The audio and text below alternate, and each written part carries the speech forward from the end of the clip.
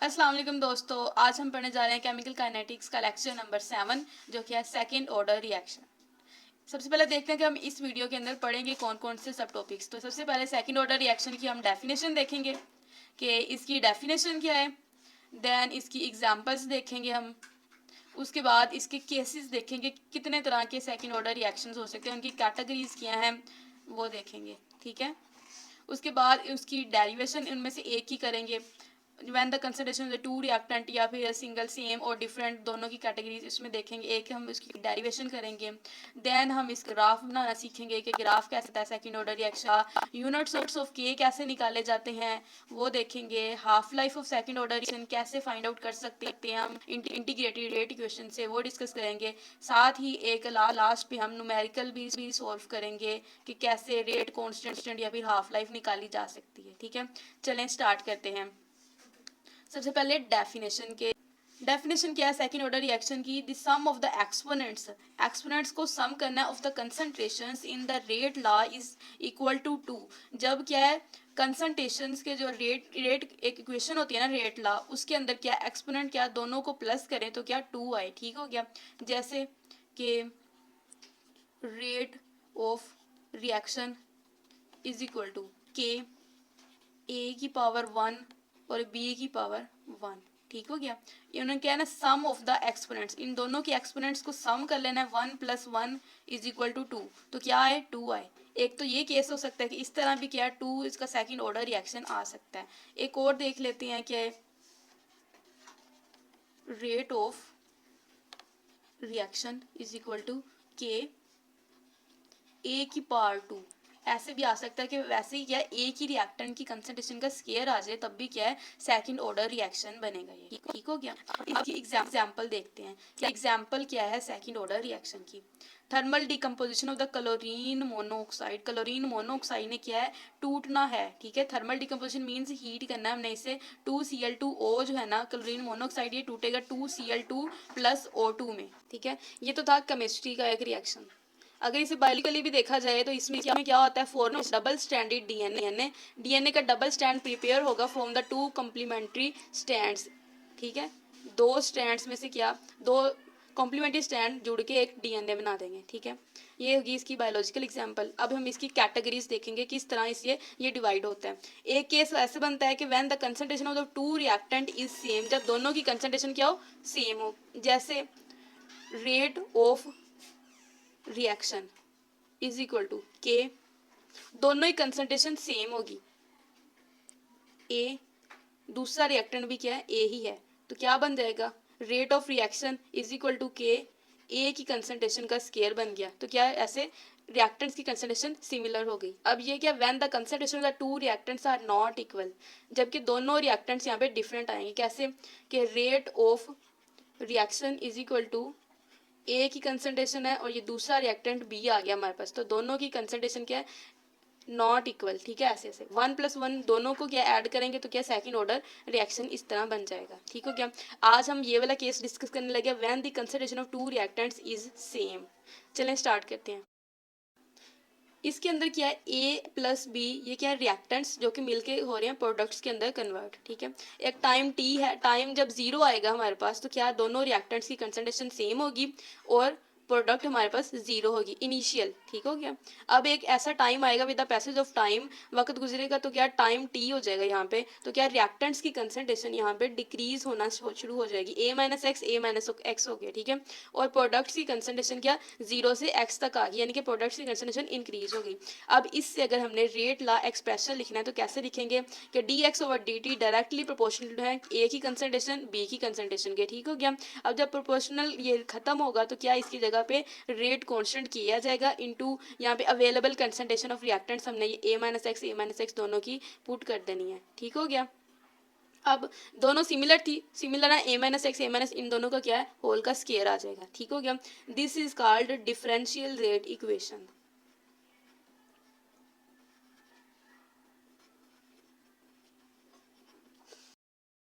अब क्या करना है separating the variables and integrated, यानी इस इक्वेशन में से हमने वेरिएबल्स को सेपरेट कर लेना है। कैसे है कि ये A - x का होल स्क्वायर है, इधर मल्टीप्लाई हो रहा है के साथ, इधर आके डिवाइड हो जाएगा, dt डिवाइड हो रहा है इधर आके मल्टीप्लाई। अब क्या है सेपरेट कर लिया हमने वेरिएबल्स। अब हमने क्या इंटीग्रेशन अप्लाई किया इस पे। इंटीग्रेशन एक्स के रिस्पेक्ट से था, जीरो इनिशियल से स्टार्ट हुआ, फाइनल तक गया, एक्स तक गया, इज इक्वल टू के डी टी है, जीरो से लेकर टी टाइम तक चला गया ये, ठीक है। अब जब हम इन्हें सोल्व करेंगे तो क्या a माइनस एक्स का स्केयर है ना, स्केयर के ऊपर जाके क्या बनेगा, माइनस का साइन, ठीक है। जब हमने इसे कंप्लीट सोल्व किया तो क्या बना, माइनस, और ये क्या integral into a minus x का ऊपर जाएगा तो +2 था, ऊपर जाके -2 हो गया, इनटू dx आ गया, ठीक है, is equal to K T. अब हमने क्या इन पे लिमिट्स अप्लाई की हैं। जब हमने इंटीग्रेशन में क्या +1 ऐड करते हैं, -2 है ना, इसके अंदर क्या +1 ऐड करेंगे और यही चीज़ हम नीचे उठा के पावर्स को लिख देंगे, -2 +1 हो गया, ठीक है। ये कंप्लीट हुआ, -2 +1 इज इक्वल टू -1 आ गया, डिवाइडेड बाय भी क्या है, -1 आ गया, ठीक है। ये -1 इससे माइनस के साथ कट जाएगा, माइनस माइनस से कैंसिल हो गया तो प्लस बन गया, 1 ओवर ये माइनस था, -1 ऊपर ऊपर से आएगा नीचे, नीचे आके क्या होगा, फिर से क्या इसकी पावर 1 होगी, 1 क्या सिंपल इसे वैसे भी लिख सकते हैं a माइनस एक्स आ गया, ठीक है, into is equal to K T, same वही चीज़ नीचे आ गई, ठीक है। अब हमने क्या करना है, यहाँ पे लिमिट्स है ना खोलनी है, कैसे कि upper limit minus lower limit, ठीक हो गया। यानी कि लोअर लिमिट के जहाँ पे x की वैल्यू 0 रख रही है और अपर लिमिट में क्या x की वैल्यू x ही रखेंगे हम लोग, ठीक है। अब सॉल्व करते हैं next, upper limit minus lower limit करेंगे तो वो हमने इक्वेशन खोलनी, पीछे हमने क्या इक्वेशन देखी थी, 1/a माइनस एक्स इंटू 0 से लेके x तक is equal to K T था, ठीक है। अब यहीं से क्या अपर लिमिट खोलेंगे तो 1/a माइनस एक्स वैसे का वैसे आ गया, माइनस 1/a माइनस था और यहाँ पे x था, x की वैल्यू लोअर लिमिट में क्या 0 थी, ठीक है, इनिशियल पॉइंट 0 था तो यहाँ पे x की जगह पे हमने 0 पुट कर दिया, is equal to K T आ गया, ठीक है। अब 1/a minus X minus 1/a आ गया is equal to K T. अब इसका क्या हमने एलसीएम ले लेना है, एलसीएम लेंगे तो क्या आएगा, a into A minus x, और ऊपर जो चीज़ मल्टीप्लाई और डिवाइड हो रही है ना वैसे कर देना हमने कि यहाँ पे a आ गया, जब हम सोल्व करेंगे ना इसको अंदर रखेंगे, दूसरी वाली पे डिवाइड करेंगे तो क्या आएगा, a minus into A minus X आ गया is equal to K T. अब माइनस जो है, माइनस बाहर है तो ये क्या अंदर मल्टीप्लाई भी हो जाएगा, a माइनस, अब माइनस का साइन इसके साथ आ गया तो माइनस से, और माइनस माइनस प्लस हो गया तो प्लस का x आ गया is equal to K T आ गया, ठीक है। अब ये a प्लस का और माइनस का a जो आपस में कैंसिल आउट हो जाएंगे तो क्या बनेगा, x/a into A minus X is equal to K T. ये अब आ गई है सेकेंड ऑर्डर रिएक्शन की फाइनल इक्वेशन, ठीक हो गया। इसी को यूज़ करके हमने क्या हाफ लाइफ निकालनी है इसकी, इसी को यूज़ करना, यूनिट्स ऑफ के निकालने हैं, और इसे जो सोल्व किया तो ग्राफ भी इसी से हम ड्रा कर सकते हैं इजीली, ठीक है। अब ग्राफ ड्रा करना है हमने, ग्राफ के लिए क्या हमने सिंपल वैल्यूज लेनी है, ये इक्वेशन क्योंकि कॉम्प्लेक्स है, क्योंकि एलसीएम ले चुके तो ग्राफ के लिए हम ये वाली जो है ना ये वाला स्टेप यूज़ करेंगे, ठीक हो गया। 1/a minus X minus 1/a is equal to K T, ठीक है। अब ये माइनस था, 1/a इधर आके +1/k है तो दूसरी साइड पे जब जाएगा इज इक्वल टू के तो +1/a आ जाएगा, ठीक है। और यहीं से क्या स्ट्रेट लाइन इक्वेशन देखनी है, वो क्या होती है, y equal to M X plus C होता है, तो इसी से क्या y की वैल्यू क्या है, 1/a माइनस एक्स, और एम एक्स की यहीं से वैल्यूज हमने ले ली, और ये क्या सी हमारे पास क्या इंटरसेप्ट होता है, ठीक है। जब भी इंटरसेप्ट आ जाता है ना इक्वेशन के अंदर तो वैल्यू कभी भी ओरिजिन से स्टार्ट नहीं करते, स्ट्रेट लाइन इक्वेशन होगी लेकिन क्या है इंटरसेप्ट मौजूद है तो ओरिजिन से स्टार्ट नहीं होगी बल्कि डिस्टेंस से होगी, ठीक है। अब ये क्या है, टी आ गया यहाँ पे 1/a माइनस एक्स, और टी के वर्सेस में हमने ग्राफ ड्रा कर लिया है, और इंटरसेप्ट यहाँ पे क्या है 1/a, तो ये इंटरसेप्ट की वैल्यू यहाँ पे आएगी 1/a, और स्लो में बता रही है के वैल्यू, ठीक है। ये हो गया हमारा। उसके बाद है यूनिट्स ऑफ के। यूनिट्स ऑफ के क्या है, यही हमने जो फाइनल इक्वेशन है सेकंड ऑर्डर रिएक्शन की, यहीं से हमने क्या यूनिट्स ऑफ के निकाल लें, वही इक्वेशन हमने दोबारा लिख ली, इसको रीअरेंज किया, के यूनिट्स निकाल लें तो के यहीं पे या 1 यही है, इधर जाके मल्टीप्लाई और डिवाइड हो जाएगा, ठीक हो गया। 1/t x/a into A minus X आ गया, ठीक है। अब हमने क्या इनके यूनिट्स पुट करने, टाइम हमेशा क्या सेकंड्स में लिया जाता है, ठीक है। एक्स क्या है हमारे पास कंसंट्रेशन है, ठीक है। ए भी कंसर्न है, ए माइनस कंसंट्रेशन का हमें यूनिट हमने पढ़ा था कि वो पर डीएम क्यूब होता है। पुट करते हैं मोल पर डीएम, नीचे ये ए लादा है, ए माइनस एक्स सेपरेट, ठीक है। तो मोल पर डीएम मोल डीएम, इन एक जो ये ऊपर वाले के साथ कैंसिल आउट हो जाएगा, बाकी बचेगा मोल पर डीएम क्यूब, और ये सेकंड बचा है, ठीक है, ये वाला। अब जब ऊपर जाएगी पावर जो चीज प्लस में थी वो माइनस जाएगी, जो माइनस में थी वो प्लस में हो जाएगी, ऊपर जाके क्या सेकंड बन गया मोल, नीचे प्लस जाके पर मोल डीएम -3 था, ऊपर जाके प्लस 3। तो यूं के यूनिट्स हम डिराइव कर सकते हैं। एक और शॉर्टकट मेथड मैंने आपको पहले भी सारे ऑर्डर रिएक्शन के लिए बताया था, इसके इस पे भी अप्लाई करके देखते हैं कि होता है कि D over D T is equal to K reactants की कंसंट्रेशन सेकंड रिएक्शन पढ़ रहे हैं तो यहाँ पे स्केल लगा, ठीक है। अब डीएक्स के यहाँ पे कंसंट्रेशन है, कंसंट्रेशन का यूनिट क्या होता है mole per DM cube divided by DT क्या है टाइम, उसका यूनिट क्या होता है सेकंड में, ठीक है। इक्वल टू के और ये ए रिएक्ट की कंसंट्रेशन है, कंसंट्रेशन हमेशा होता है मोल पर डीएम क्यूब में, ठीक है। और ये आ गया क्योंकि सेकंड ऑर्डर रिएक्शन था, ठीक हो गया। मल्टीप्लाई और इधर आके क्या डिवाइड होगा, तो कर लेते हैं मोल per DM cube divide by second into multiply और इधर आके क्या डिवाइड हो गया मोल पर डीएम क्यूब का ये स्केयर इज इक्वल टू के, ठीक है। इनमें से दो है, दो में से एक के साथ ये कैंसिल आउट हो गया, बाकी एक बचा, तो ये वही फॉर्म बन गई, देखिए 1/2 इंटू 1 मोल पर डीएम क्यूब और जब ऊपर जाएगा तो हमारा डीएम प्लस 3 और पर सेकंड। तो इस तरह भी हम इस ट्रिक से भी के यूनिट्स डिराइव कर सकते हैं। अब हम देखते हैं half life of second order reaction. Half life क्या होती है, half of the reactants converted into product, यानी हाफ रिएक्टेंट्स ने प्रोडक्ट्स के अंदर चेंज हो गया और हाफ बाकी बच गए हैं, इसको कहते हैं हाफ लाइफ, ठीक है। अब वही जो थी फाइनल इक्वेशन थी ना जो हमने ड्राइव की थी, this is the final equation X over A into A minus X is equal to K T, यही फाइनल इक्वेशन हमने क्या करनी है यूज करनी है हाफ लाइफ के लिए भी। अब हाफ लाइफ में टाइम क्या हो जाता है, टी नॉर्मल लेते हैं तो हाफ लाइफ में टी 1/2 यानी कि half of the reactant converted into product, इसका ये मतलब है।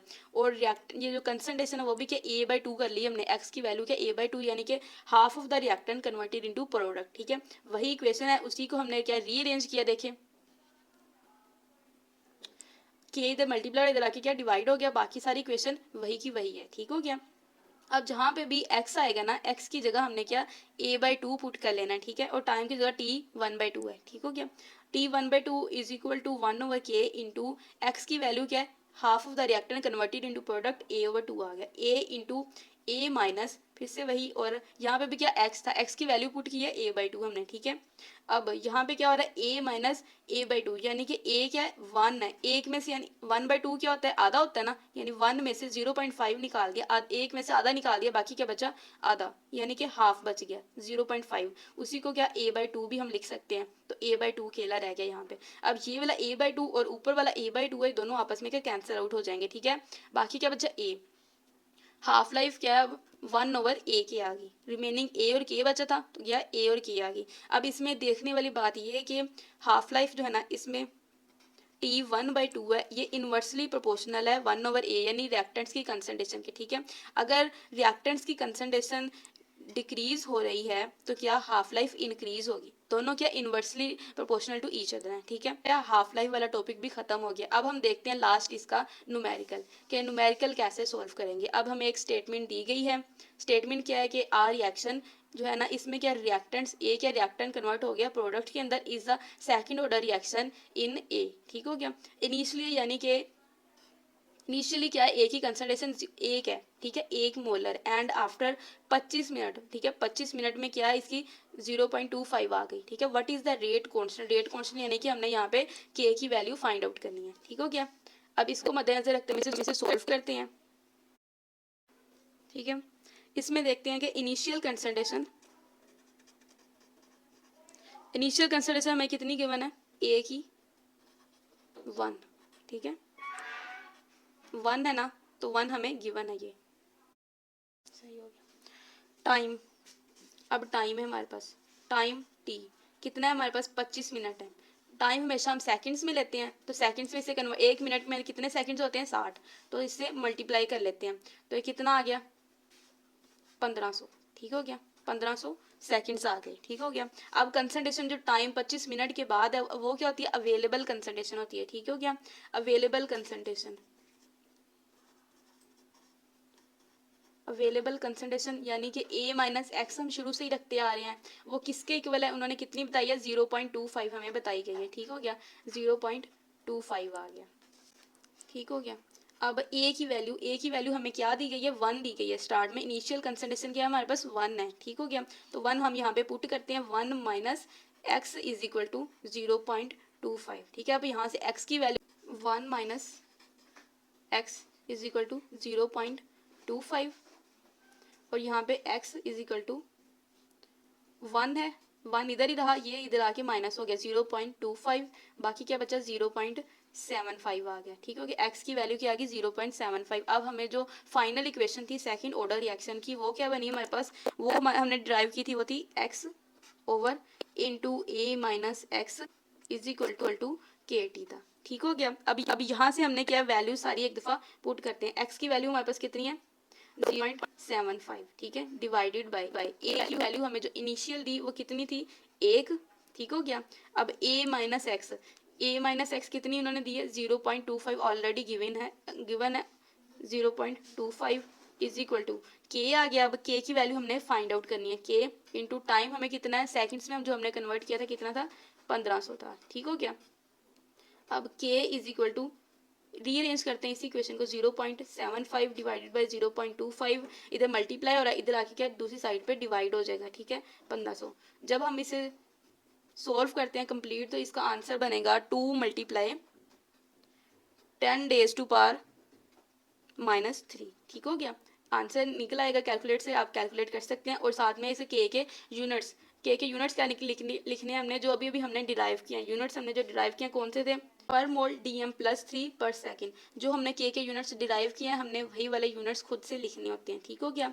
अब ऐसे सेकंड ऑर्डर कंप्लीट हुआ। अब इसका दूसरा केस हम नेक्स्ट वीडियो में डिस्कस करेंगे, जैसे कि complete derivation, half life units और ग्राफ सारा कुछ ड्रा करना सीखेंगे। वीडियो अच्छी लगे तो इसे लाइक शेयर एंड सब्सक्राइब जरूर कीजिएगा। थैंक यू, अल्लाह हाफिज़।